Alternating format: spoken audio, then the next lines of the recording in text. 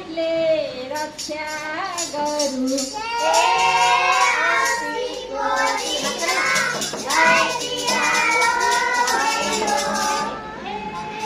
औँसीको दिन गाई तिहारको भैलो।